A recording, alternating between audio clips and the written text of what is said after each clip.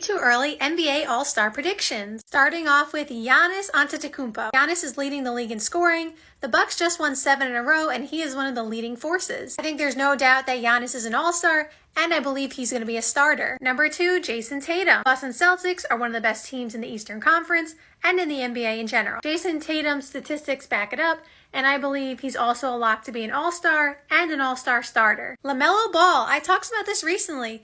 As of right now, I think LaMelo Ball will be an All-Star. His team is not doing great, which doesn't help his case, and being a guard always makes it difficult to be an All-Star. However, I believe his play, combined with the fact that some of the other guards in the Eastern Conference are at a disadvantage. And by the way, I think LaMelo might actually be a starter in the All-Star game. I'm not definitely picking that, but he could be. Next is Trae Young. I do believe Trae Young will be an All-Star this year. I really do think that Jalen Johnson also deserves an All-Star spot, and he might sneak in as a reserve, but I believe if they're going to pick between the two of them, it's going to go to Trae Young. Because remember, 50% of the vote is fan votes, so I'm not just doing it based on who deserves to be an All-Star, but also what I think is realistic based on the voting. And again, Jalen Johnson has had a great year, and he could sneak in, but I believe the voters are obviously going to pick Trae Young, and I do think Trae Young is going to get votes from the media in general as well, so that's why I think Trae Young is going to make it over Jalen Johnson. But Trae Young definitely deserves a spot, don't get me wrong. Trae Young is cooking this season. He deserves his spot. Next is Evan Mobley. I do believe Evan Mobley will be an All-Star this year. He has taken a step forward,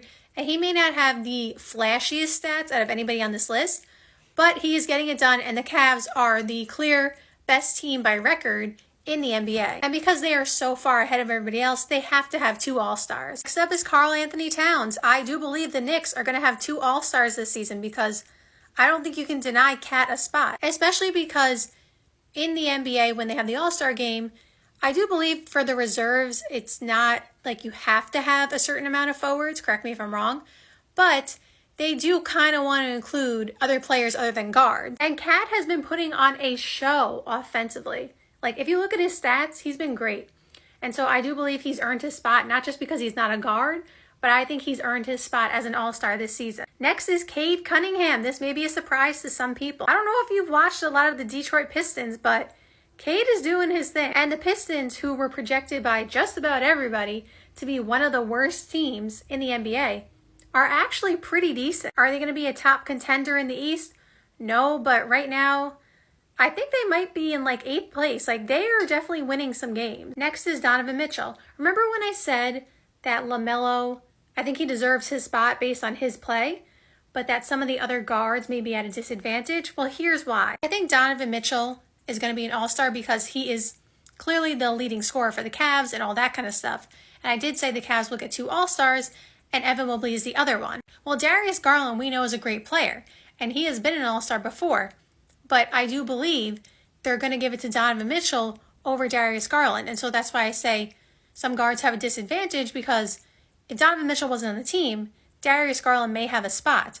But because Donovan Mitchell is on the team, Darius Garland won't get a spot, and that's an extra spot for someone like LaMelo, even though his team is not performing that well. Next is Damian Lillard. Damian Lillard's stats back up him being an All-Star.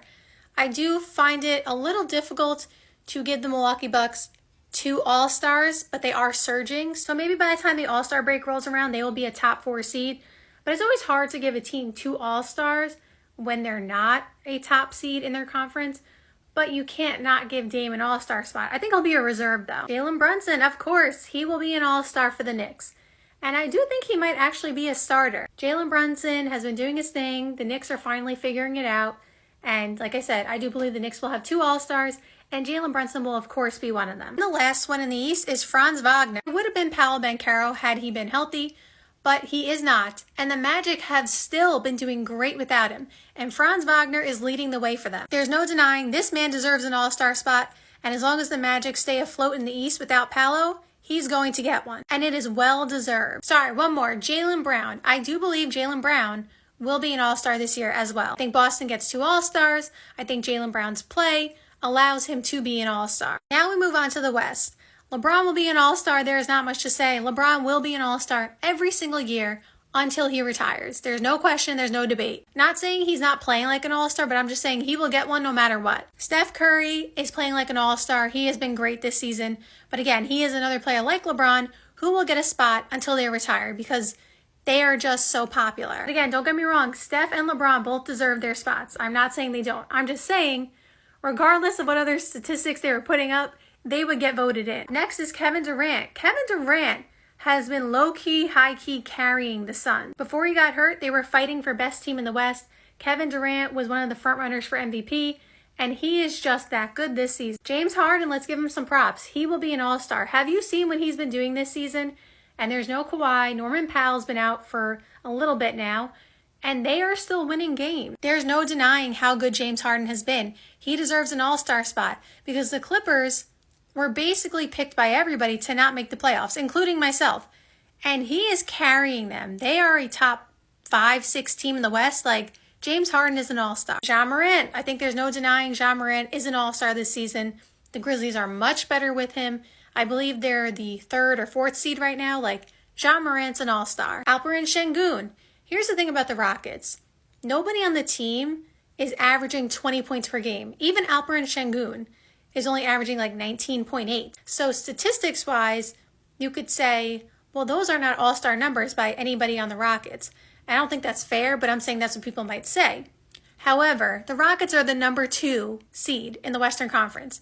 They have to have an all-star. There is no denying that. They have been that good. And Alperen Şengün, despite what some people may think as not all-star numbers, he is that good, and he deserves to be an all-star. And I've been saying it for a few years now, a couple years now, whatever, that I think Alperen Şengün is a future perennial all-star, and I believe this is the season he gets his first one. Up next is Anthony Edwards. I don't see a world where Anthony Edwards is not voted in, or obviously selected, as an all-star.